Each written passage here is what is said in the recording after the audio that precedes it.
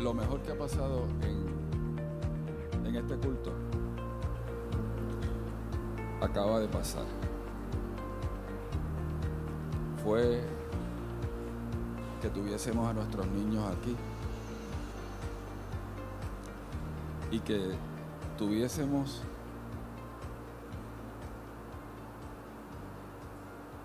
esa cosa, esa urgencia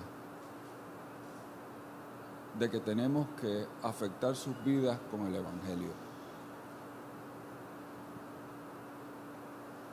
Y en esa tormenta es que nos vamos a meter en esta mañana. Voy a decir dos cosas y después le voy a pedir a Delma Ruiz Alicea que pase por acá. La primera es que a mí de pequeño me obligaban a ir a la iglesia.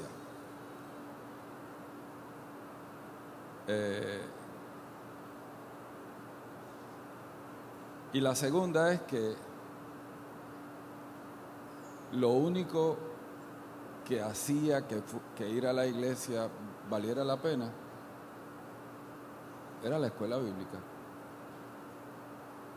El primer testimonio que yo tuve de vida cristiana me la comunicaron mis maestros de escuela bíblica. Y yo no fui más bandido de adolescente.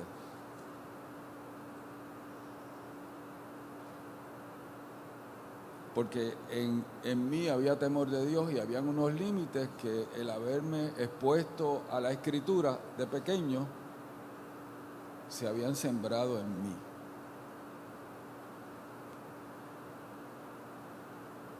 Le va la vida a nuestros niños que nosotros le comuniquemos el Evangelio.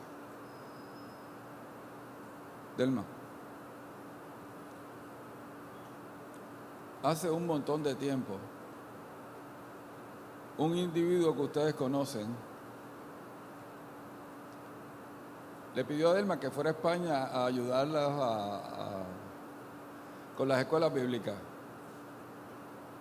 Fast forward, 30 años después,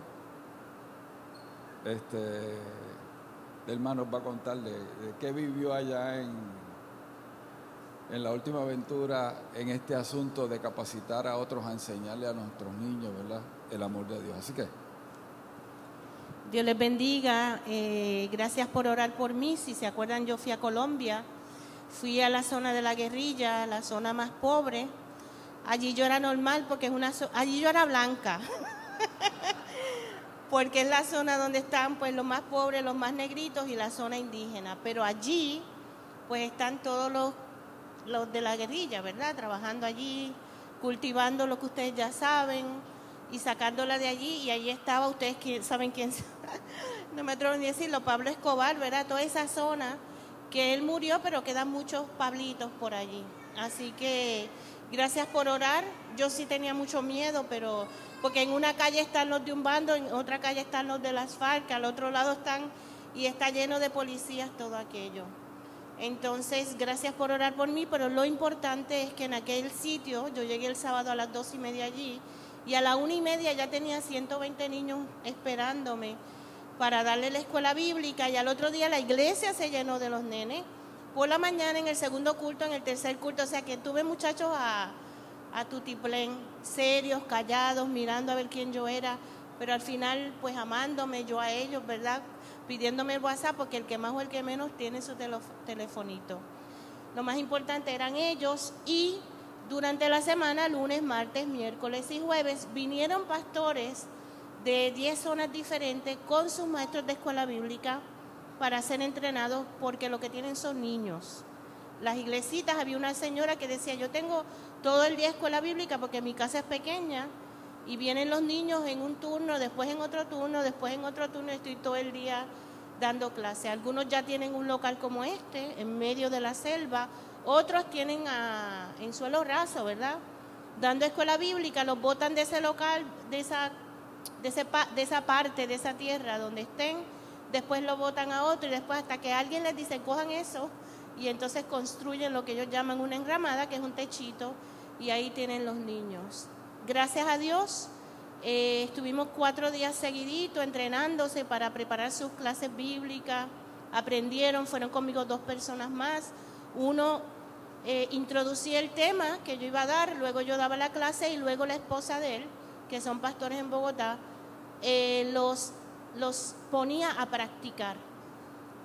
Y gracias a Dios por ese tiempo, gracias a Dios por la disponibilidad de ellos viajaban, eso es 5 veces, 4 veces mucho más grande que Puerto Rico. Ellos viajaron en barquitos, en guaguita, como fuera, para aprender. Vinieron todos los pastores de las 10 iglesias para trabajar con niños. Y por último, ¿por qué vinieron? Porque allí no hay gringos, allí no hay misiones, allí no hay nadie, porque peligra su vida. Y un señor de allí mismo decidió coger a todos los niños y cambiar su destino. No todos los niños, ojalá. Sacarlos de las minas de oro, sacarlos de la guerrilla, sacarlos del cultivo. Y empezó a discipularlos. Y una vez fueron jóvenes y estaban casaditos, él fue el que los metió en todas esas zonas a predicar el evangelio. Y por eso ellos creen en que esos niños pueden cambiar el destino de ese lugar. Y por eso vinieron, porque ellos son testimonio de que alguien los cogió de pequeños, los discipuló hasta ser jóvenes, esperó que se casaran, los casó y los mandó, y ellos dijeron que sí. Ellos están en zonas bastante peligrosas, pero están y quieren aún seguir expandiendo el reino de Dios, y lo que tienen son niños. Yo no estoy diciendo que es que amen o que, pero sí creen en eso. Ellos son testimonio. Y este señor murió de COVID hace 1 año y medio, y ellos pensaron que todo eso se iba a morir. Y de ahí viene que pidieran ayuda. El que quedó en su lugar, que empezó de niño, que fue joven, que se casó y que quedó en el lugar supervisor de todo ese sitio, le dijo a estos amigos míos de Bogotá: nosotros no podemos hacer el trabajo, tenemos muchos niños. Y de ahí es cuando se comunican conmigo. Así que gracias por orar. Me voy el martes para España, porque pasé por aquí solamente, y que sigan orando que el propósito de Dios se cumpla en mi vida y que yo pueda seguir bendiciendo. Ahora nada más llegue, tengo un retiro con hijos de misioneros de toda España, así que Dios me dé fuerzas y yo pueda seguir glorificando su nombre en medio de personas que trabajan con niños y de los niños mismos. ¡Uf, qué mostra!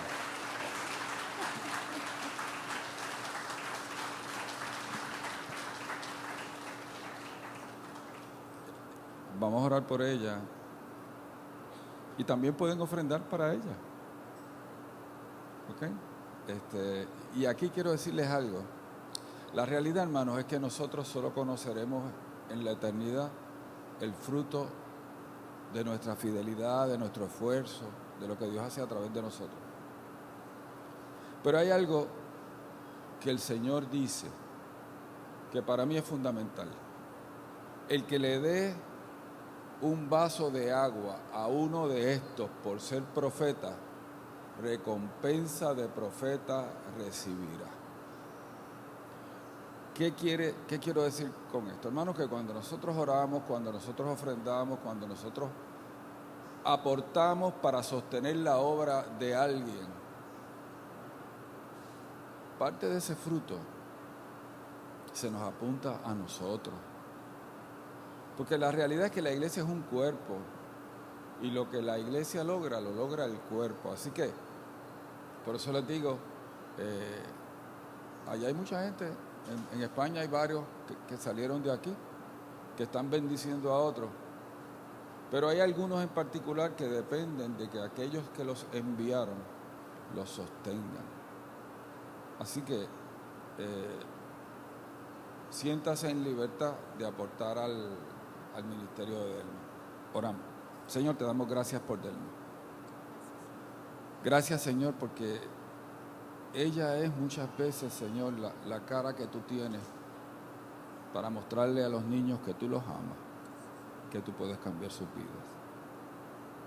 Bendícela, Padre, para que siga siendo bendición para otros, Señor. Y concédele, Dios, los anhelos de su corazón. Llévala con bien, Padre, en el nombre de Jesús. Amén. Vamos a buscar en nuestras Biblias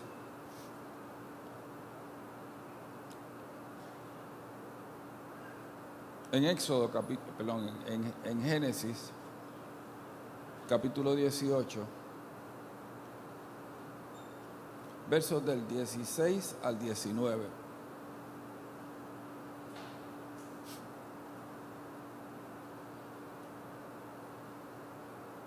Génesis 18, versos del 16 al 19.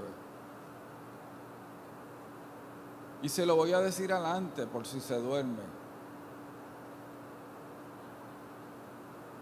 El tesoro más importante que nosotros tenemos son nuestros niños, nuestros hijos, nuestros nietos, nuestros sobrinos. Uno. Y lo segundo, la responsabilidad más grande que tenemos es formar su carácter y comunicarles la fe.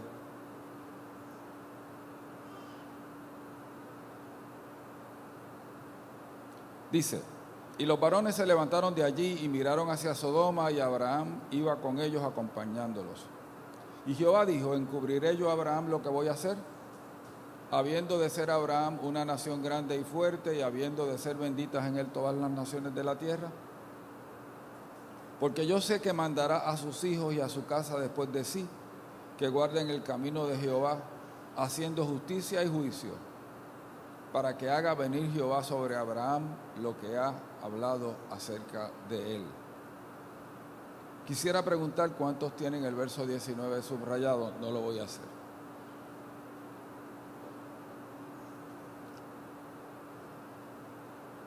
Estos versículos están dentro de las historias que nosotros conocemos. El capítulo 17 habla de cuando Dios le da unas promesas a Abraham. Entra en pacto con él y determina que la señal de ese pacto iba a ser la circuncisión. Y a los 99 años de Abraham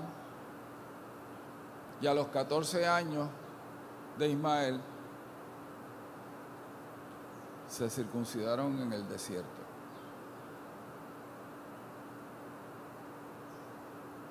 Abraham, Ismael y los varones de su casa, sus familiares y los esclavos varones que habían sido comprados. La circuncisión. Ahí Dios le dice, oye, tú vas a ser padre de mucha gente. Y le cambia el nombre de Abraham a Abraham. Y cuando Abraham se arrodilla, en el verso 17 del capítulo 17, entonces Abraham se postró sobre su rostro y se rió, y dijo en su corazón, a hombre de 100 años ha de nacer hijo, y Sara ya de 90 años ha de concebir.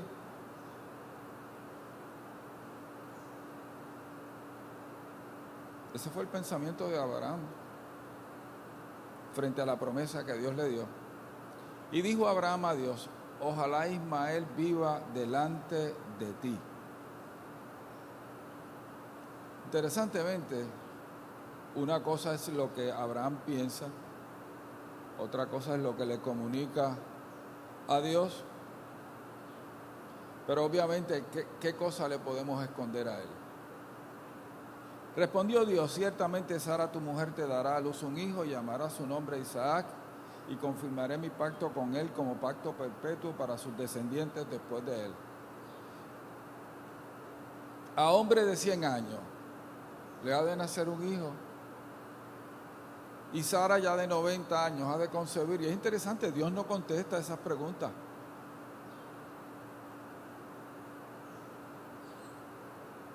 Yo creo que a Abraham ya la vida le había pasado la factura.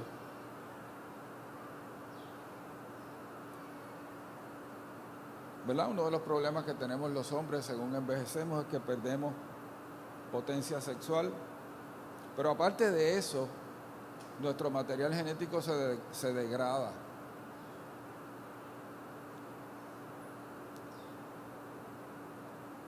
Y a esta gente no le era desconocido esto.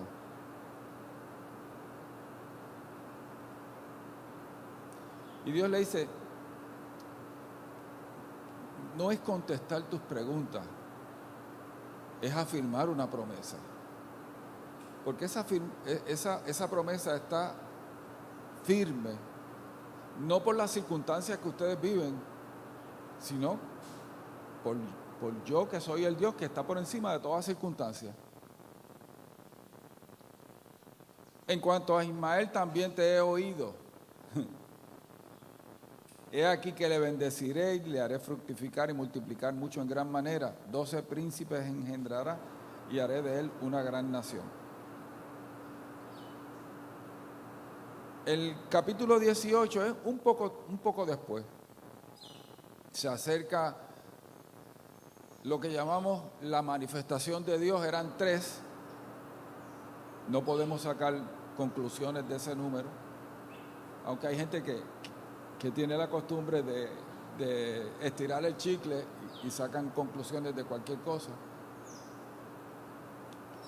Y ahí es donde Dios vuelve y le recuerda la promesa.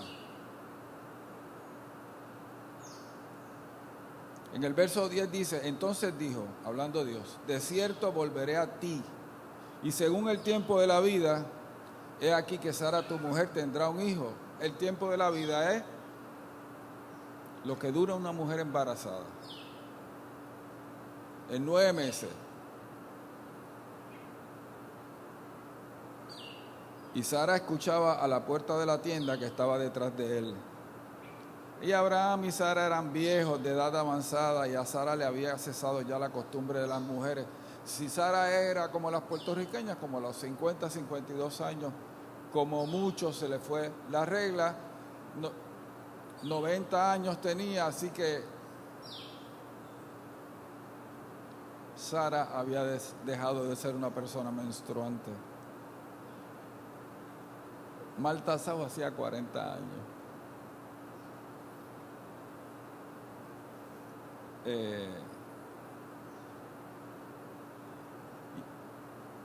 Se rió pues Sara entre sí, diciendo, después que he envejecido tendré deleite, siendo también mi Señor ya viejo. Oye, la realidad es que para Sara esos momentos eran memoria. ¿Usted ha escuchado alguna vez vivir de glorias pasadas?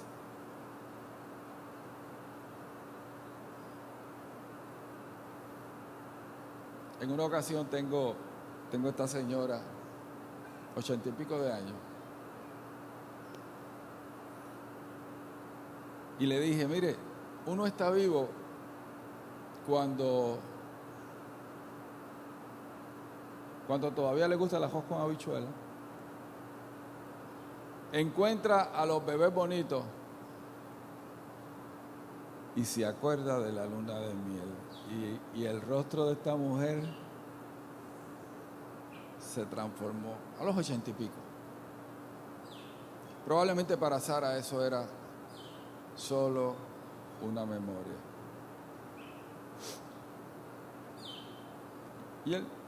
Y Dios tiró a Sara al medio.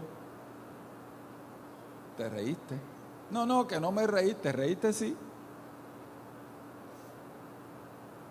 Y ahí,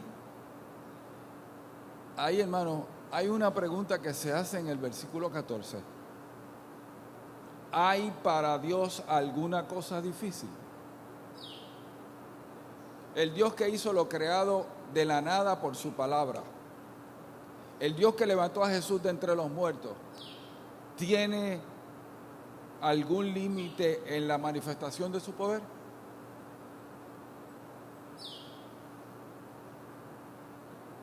Y ese es el contexto de este pasaje. De los 3 se van 2 hacia Sodoma y Abraham se queda hablando con Dios. Déjenme decirle, para mí esto es surreal. que una persona pueda hablar con Dios.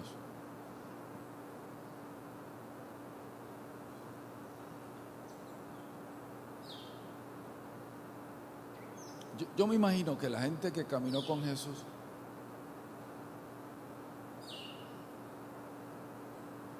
el día que realizaron que ellos habían caminado con el Dios hecho hombre,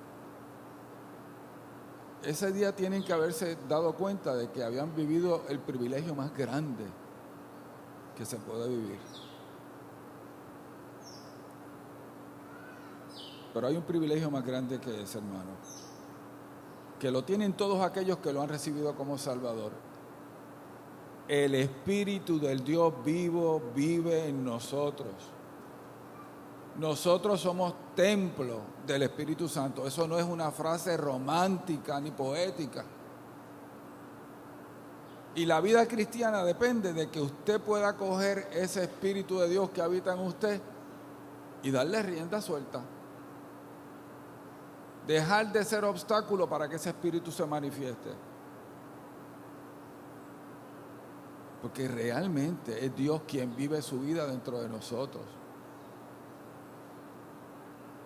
La gente que no ha tenido una experiencia de conversión, de salvación, piensa que ser cristiano es, oye, levantarme temprano los domingos e ir a la iglesia, no hablar malo, no beber, no bailar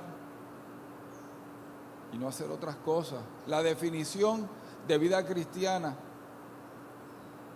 para el mundo es lo que no hacemos. ¡Qué horror!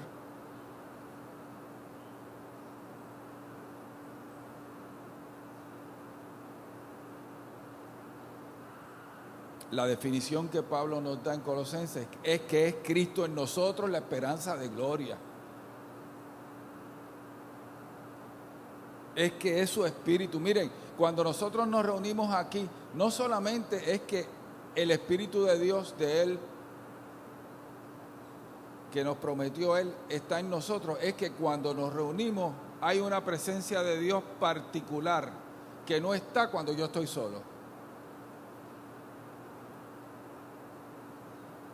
Usted está consciente de que el Dios que hizo los cielos y la tierra está aquí en medio nuestro. Usted está consciente que Él es la respuesta para sus conflictos, para sus necesidades. Que cuando nosotros nos reunimos, esto se convierte en casa de Dios y puerta del cielo. Más allá del que canta, más allá del orden del culto, quien hace que esto valga la pena es que el Señor está en medio nuestro. Y más importante aún, el que Él satisfaga su necesidad no depende de que el tema que se toque en la predicación esté relacionado necesariamente a su problema. Me acuerdo cuando se predicaba en este ministerio y de momento alguien abría el libro, el Levítico, el Número, y hablaba del sacerdocio y hacían un llamado y se convertía a media humanidad. Y tú te preguntas, ¿qué tiene que ver una cosa con la otra? Había veces que cuando comenzaba el culto ya había gente de rodillas llorando por la convicción que Dios causaba en sus corazones.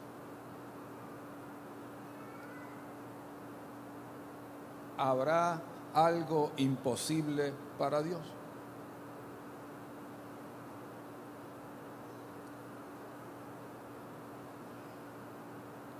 Dios dice algo de Abraham, porque yo sé que mandará a sus hijos y a su casa después de sí, que guarden el camino de Jehová, haciendo justicia y juicio, para que haga venir Jehová sobre Abraham lo que ha hablado acerca de él.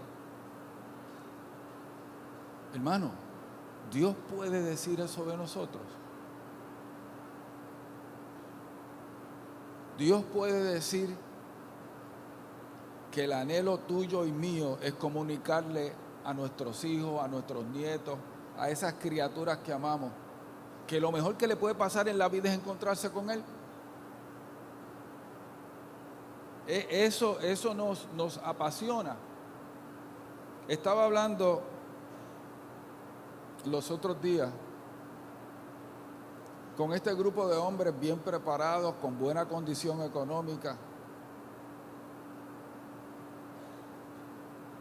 y les hablaba de la realidad de que nos estamos muriendo como sociedad, de que cada vez hay menos niños. La pirámide poblacional en Puerto Rico se ha invertido. La mayoría de las personas están sobre 45 o 50 años. Ya no hay niños.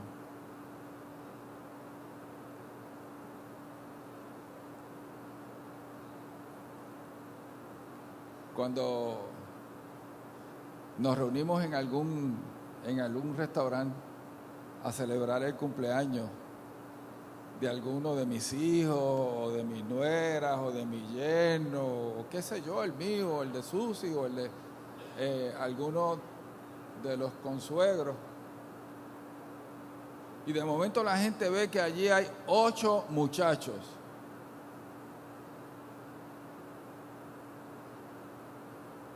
Oye, ni en los parques hay 8 muchachos.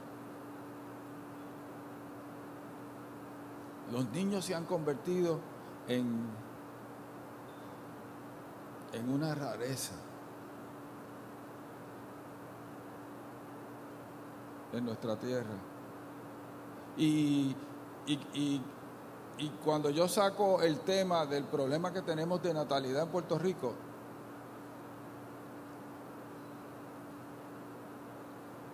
los 3 que estaban hablando conmigo, los 3 reconocieron que ellos habían tenido solamente un hijo. ¿Y usted ha escuchado cuando la gente empieza a dar excusas por su conducta?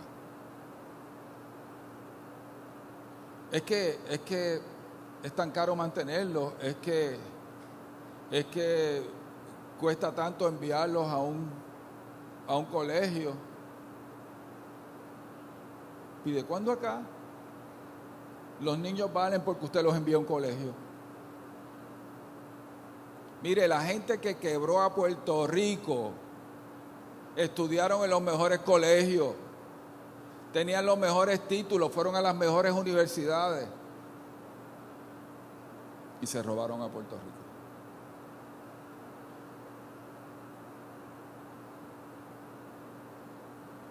Yo estudié en una escuela elemental pública. Todavía me acuerdo del nombre de mis maestras. Pero ¿cuándo acá fue que nosotros llegamos a la conclusión de que los niños valen porque le podamos poner ropa cara o enviarlos a un colegio caro? Y usted sabe lo peor de todo eso, que se lo cree el mundo y se lo creen en la iglesia. Que nosotros hemos comprado los criterios del mundo para el éxito y para el valor de las personas.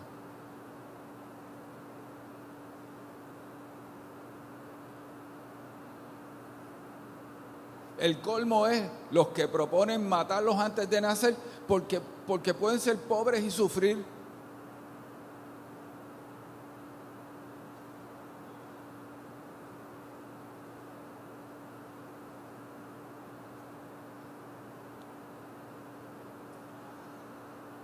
Yo dije, yo tengo 4 y Susi estaba allí. Y cuando ellos abrieron los ojos, yo les dije, es que ella me cogía dormido.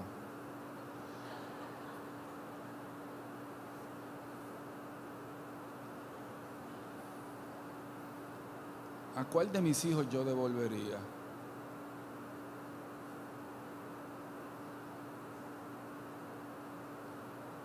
Usted sabe que uno de los milagros con los hijos y con los nietos es que no importa cuántos usted tenga, el amor no es como un bizcocho que cuando viene mucha gente hay que picarlo más finito. El amor se multiplica. Cuando tuvimos el primero, me acuerdo, nos preguntábamos, ¿podremos querer a un segundo así? Pues saben que a un segundo, a un tercero, a un cuarto.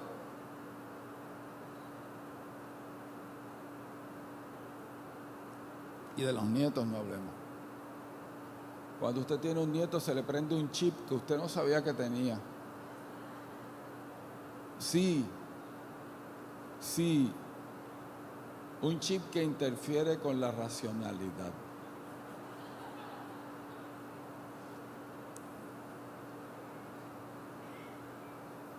¿Ok?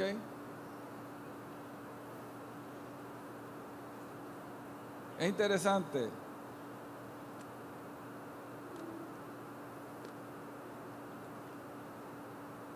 Hay un salmo que habla de esto.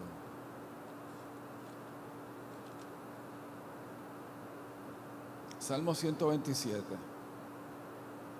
¿Lo conocemos? Si Jehová no edifica la casa, en vano trabajan los que la edifican. Si Jehová no vela la ciudad, en vano vela la guardia. Por demás, es que se levanten de madrugada y vayan tarde a reposar y que coman pan de dolores, pues que a su amado dará Dios el sueño. Y es interesante, porque de momento se nos habla de sueño y se empieza a hablar de los hijos, y usted sabe que cuanto más hijos usted tiene, menos sueña. He aquí, herencia de Jehová son los hijos, cosa de estima el fruto del vientre. Como saetas en mano del valiente, así son los hijos habidos en la juventud. Bienaventurado el hombre que llenó su aljaba de ellos, no será avergonzado cuando hablare con los enemigos en la puerta. He aquí que herencia de Dios son los hijos, cosa de estima el fruto del vientre.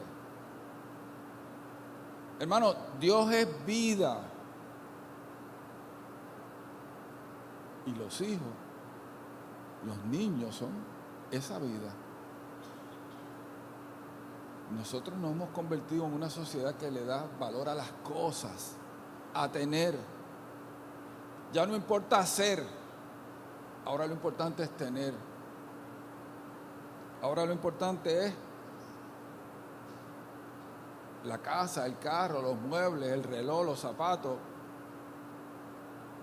Pues yo me imagino que si yo no hubiese tenido 4 hijos, pues hubiese tenido mejor casa, hubiese tenido mejores carros, el penthouse, el Porsche. ¿Y usted cree que yo los echo de menos? Para nada. Bueno, si no me hubiese casado con Susi, me hubiese podido tirar todo encima. ¿Y cuánto vale una relación?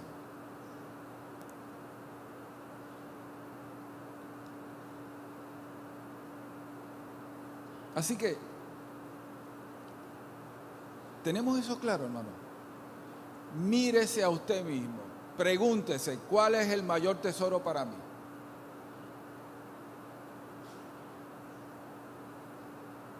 Yo quiero decirle que lo peor que le puede pasar a una persona en la vida es que se le muera un hijo. Y por eso es que cuando vayamos a la presencia de Dios, la pregunta no va a ser si tú creías en los sacerdotes o en los pastores, o si el culto en tu iglesia era esto o era esto otro. La pregunta que Dios nos va a hacer es: ¿qué tú hiciste con la sangre de mi hijo que se derramó por ti?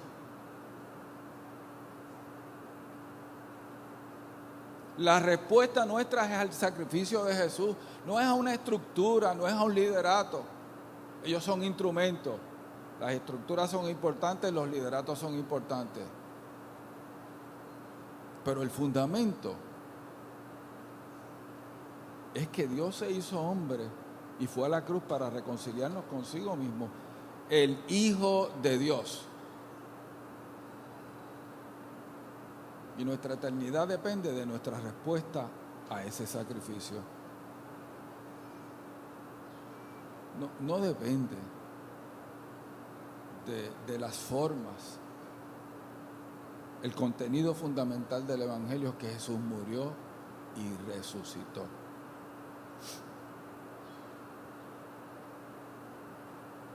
Primera pregunta. ¿Los niños son para nosotros el mayor tesoro? Cuando nosotros fuimos a España en el 1989, nos dimos cuenta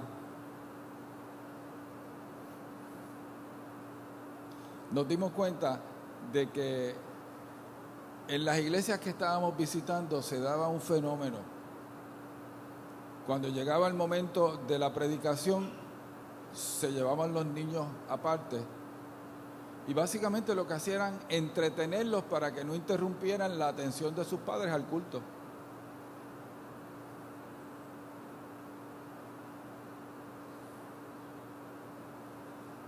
Y la razón de ser de que Delma fuese a España fue precisamente para capacitar a las iglesias, para capacitar maestros, tener lecciones y montar escuelas bíblicas.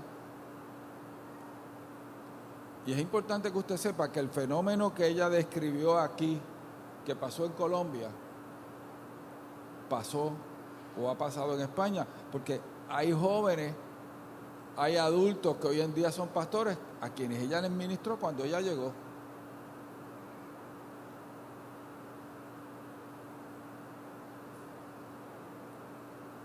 Les repito la pregunta.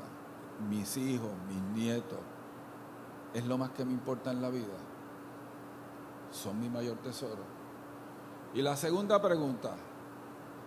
Comprendo que mi razón de ser fundamental, que la labor más importante que yo realizo es formar su carácter, criarlos y comunicarles la fe, que yo sea una razón para que ellos crean.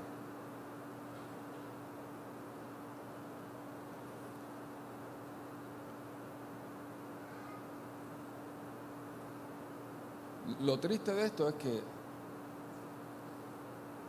muchos padres son una razón para que sus hijos no crean.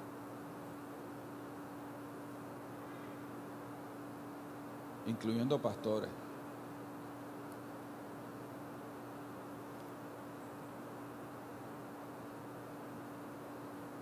Hay veces que tenemos la fantasía de que el diablo es como el alcohol. A los muchachos no le pueden vender alcohol hasta que cumplen 18 años. O como los cigarrillos no se los pueden vender hasta que cumplen 21 años. A veces tenemos la idea de que los únicos que enfrentamos las tentaciones y los ataques de las tinieblas somos los adultos. Y que nuestros niños, el diablo va a esperar a que sean adultos y puedan consentir para entonces atacarlos. Yo quiero que usted entienda que hay un ataque a la niñez, un ataque que comienza desde antes de nacer.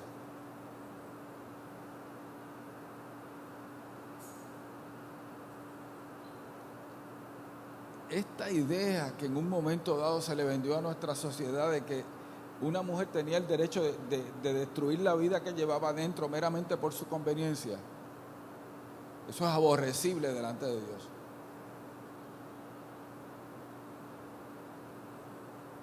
Y yo quiero que entendamos lo siguiente. Para la mayoría de las mujeres que abortan, abortar es ir contra su intuición maternal. Abortan en contra de lo que ellas quisieran hacer. Abortan porque se sienten pilladas, porque para empezar el tipo que les ofreció el sol, la luna y las estrellas no aparece por ningún lado. La primera pregunta que le hace, ¿y cómo yo sé que es mío?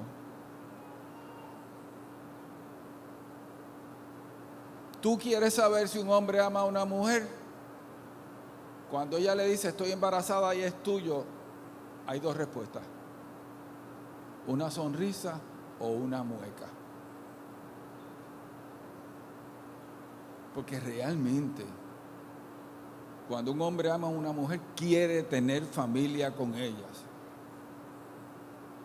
Eso es lo natural.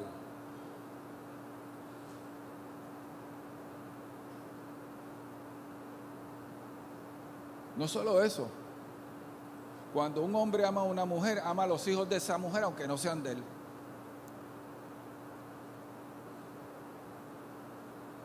Lo he dicho anteriormente porque esa es la experiencia que yo viví. Aide llegó a la catacumba de Country Club con 4 muchachos. Venía de un matrimonio desastroso, con todas las marcas que se puede tener en el alma por el maltrato.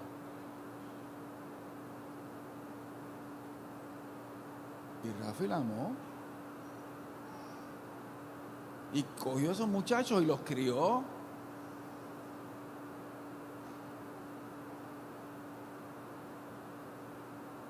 Tuvieron otro hijo juntos.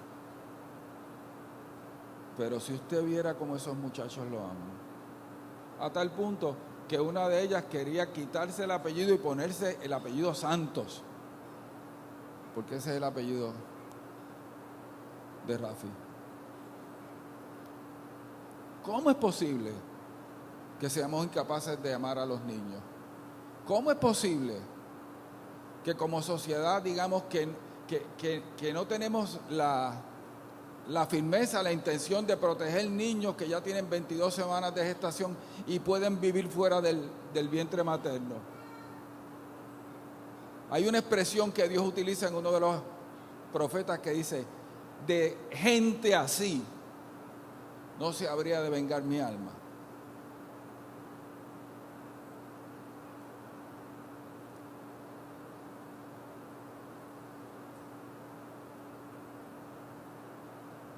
Oramos por nuestros hijos, por nuestros nietos. Mire, es un peligro la televisión. Todos esos canales de televisión para niños. Usted va a tener que sentarse con su hijo a verlo, porque la basura, la muerte que pretenden comunicar. Es un peligro llevar los niños a Disney, sobre todo en junio.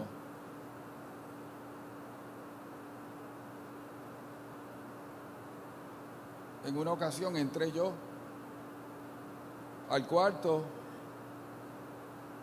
y uno de mis nietos estaba viendo un programa de jueguitos de video, y de momento le tiran un anuncio de una parada de orgullo gay, con las manifestaciones más grotescas que usted puede ver, a un muchachito.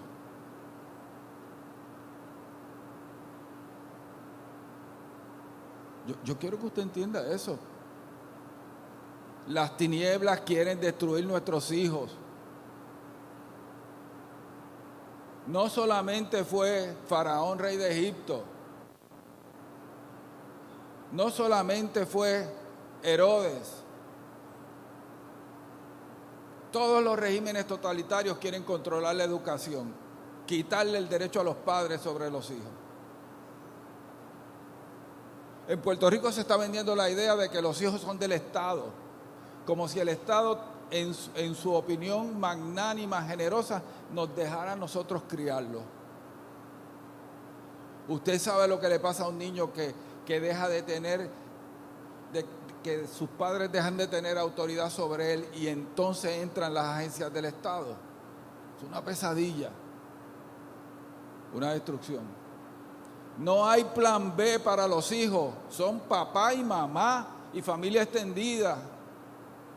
Si la familia no hace el trabajo, los niños sufren daño.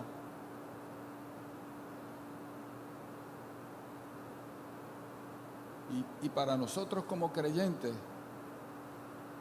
no hay plan B de que nuestros niños vengan a conocer al Señor a los 30, 40 años. Porque a lo mejor lo conocen, pero van a venir machucados, mutilados, destrozados, porque los peligros que se enfrentan hoy en día no son los que nosotros enfrentábamos cuando crecíamos. La muerte los ronda constantemente. Así que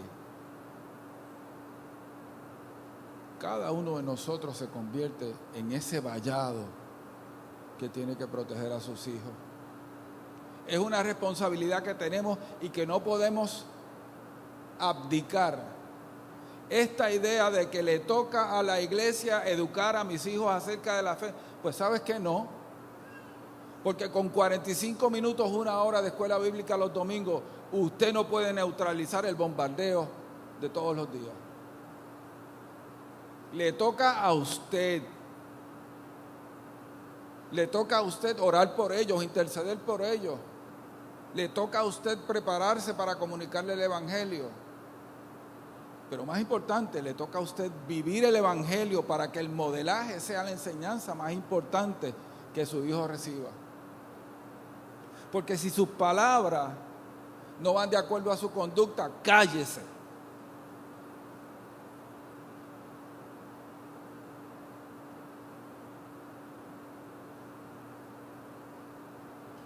Esa es la realidad, señores. Un día, mi papá llegó a casa con un guante y una bola. Tendría como 9 o 10 años. Yo era, y sigo siendo, un ratón de biblioteca. Mi concepción del cielo es la librería del Congreso y la eternidad para leer. Nerd Plus.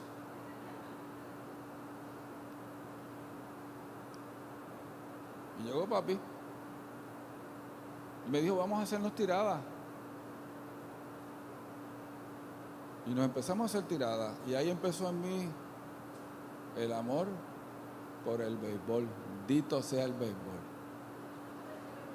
Porque a papi le apasionaba el béisbol. Y uno le comunica a los hijos lo que uno ama.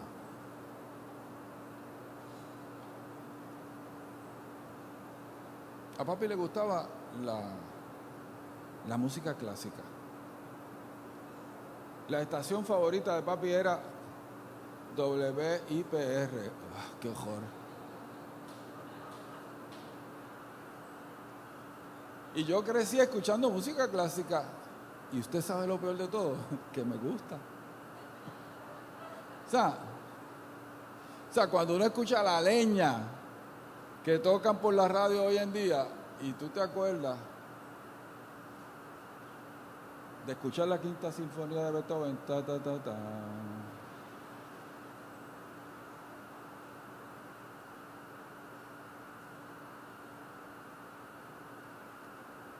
Porque los padres le comunicamos a los hijos lo que nos importa, lo que tiene valor para nosotros.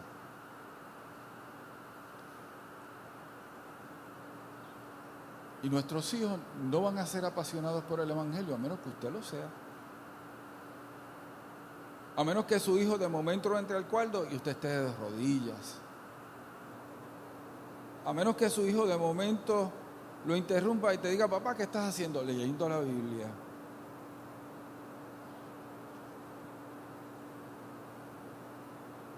A menos que tú le digas,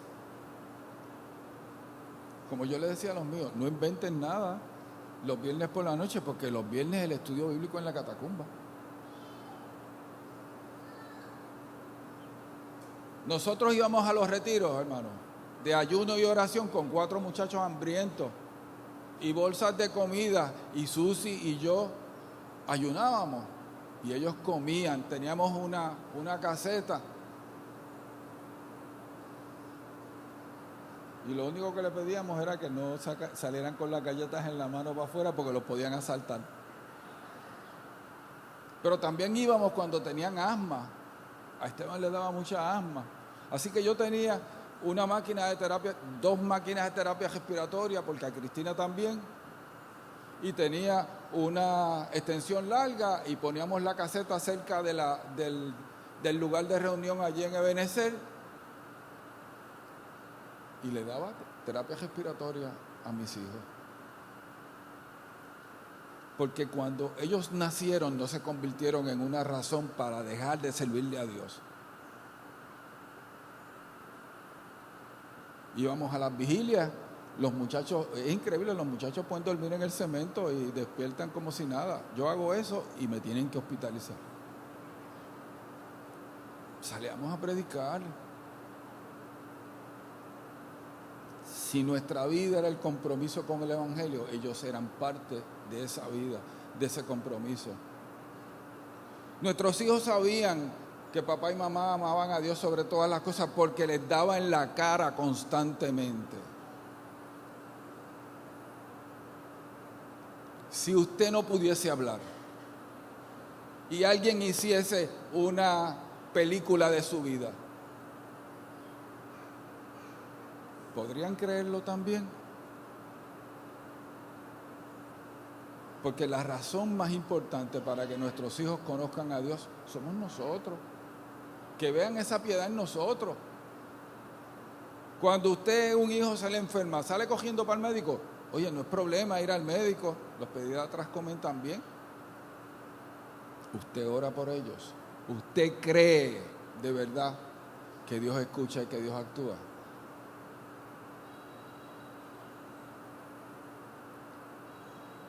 A nuestros hijos, a nuestros nietos, les va la vida en que nosotros le comuniquemos la fe. En que nosotros tengamos como parte de nuestras acciones diarias el estar alerta respecto a su condición espiritual.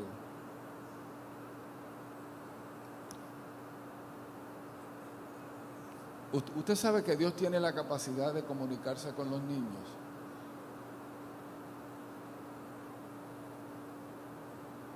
Jesús, te alabo, Señor, Señor del cielo y de la tierra, porque escondiste estas cosas de los sabios y los entendidos y la comunicaste a los niños. Sí, Señor, porque así te agradó. Jesús entrando a Jerusalén y se formó la algarabía y pues la gente así que tiene problemas, que solamente cree que los adultos somos los que entendemos estas cosas espirituales, le dijeron: Señor, mándalos a callar. Y Jesús dice: ¿no han leído? De los niños y de los que maman, fundaste la alabanza. Dejen que los niños vengan a mí, porque de los tales es el reino de los cielos. Se nos pierden, y se nos pierden en la iglesia. La experiencia de la mayoría de las iglesias es que tienen muy pocos adolescentes, porque cuando los niños crecen, como los obligaban a ir, se van.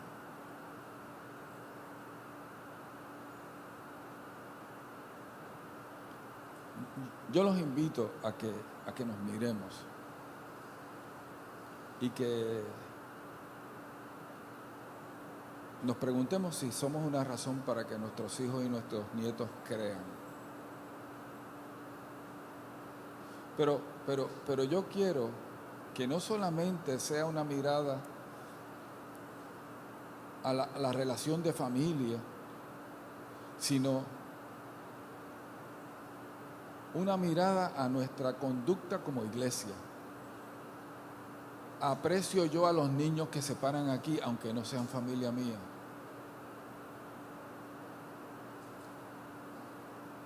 Oye, esta cosa de orar por ellos es como oramos cuando vamos a comer. Pro forma. O realmente anhelamos que los maestros de escuela bíblica sean ministros del Evangelio y que como yo el primer sabor que reciban del Dios vivo y verdadero que realmente los ama es la ternura, la pasión con que ellos le comunican el Evangelio. Realmente oramos por sus padres. realmente para nosotros en nuestro, y esto es bien sencillo, la gente usa su dinero para lo que le importa, dentro de nuestras prioridades presupuestarias, para usar lenguaje gubernamental. ¿Están nuestros niños?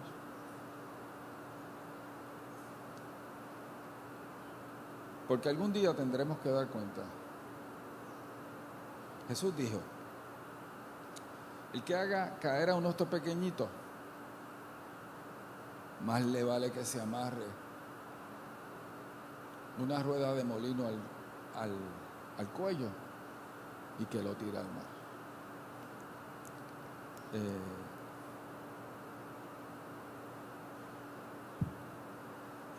Esa es una... Y si usted percibió que lo dije cargado, sí, estoy cargado. Tenemos que tener un sentido de urgencia. Tenemos que tener un sentido de la importancia de esto. No es entretener, es educar. Y la educación más importante se da en el hogar. Todavía la influencia más importante sobre un niño son papá y mamá y la familia extendida. Tenía 1000 versículos, será para otro momento.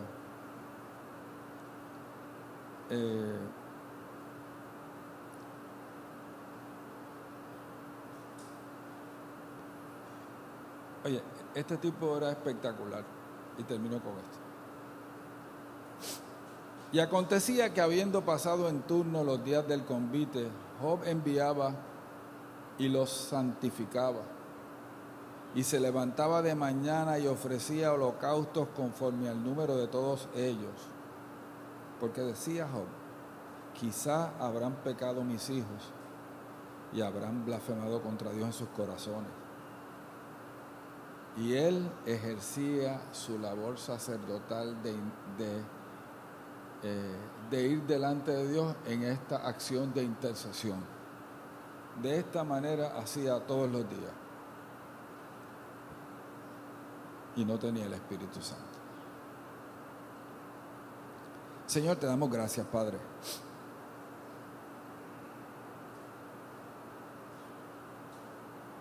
Te damos gracias, Dios, porque tenemos el privilegio de ir delante de ti, sabiendo que tú nos escuchas.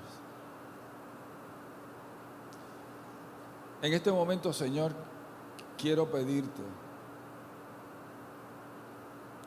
por cada uno de los niños que ya no son niños, que son adolescentes, que son adultos, que una vez estuvieron entre nosotros, se criaron entre nosotros y ya no están.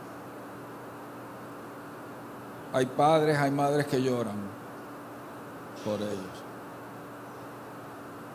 Pero un día esa semilla se sembró. Riégala, Señor, con tu Espíritu para que dé fruto.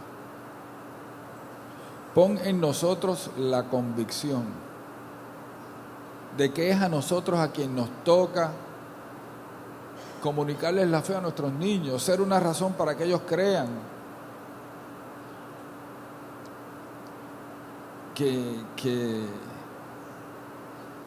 lo mejor que nos puede pasar en la vida es que nuestros hijos se conviertan en nuestros hermanos en la fe, porque esa es la relación que permanece para siempre.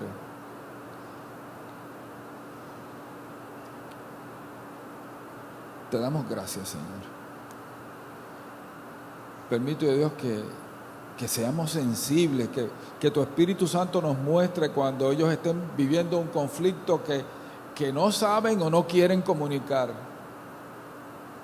Permite, Dios, que cada hombre, cada mujer aquí se convierta en un férreo defensor de nuestra niñez.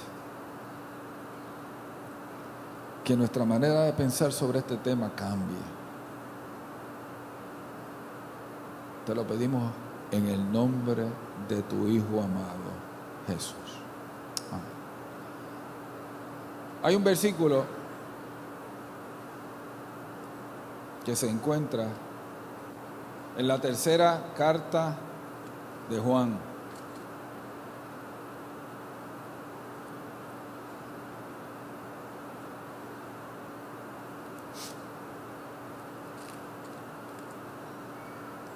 Dice así: no tengo yo mayor gozo que este, el oír que mis hijos andan en la verdad.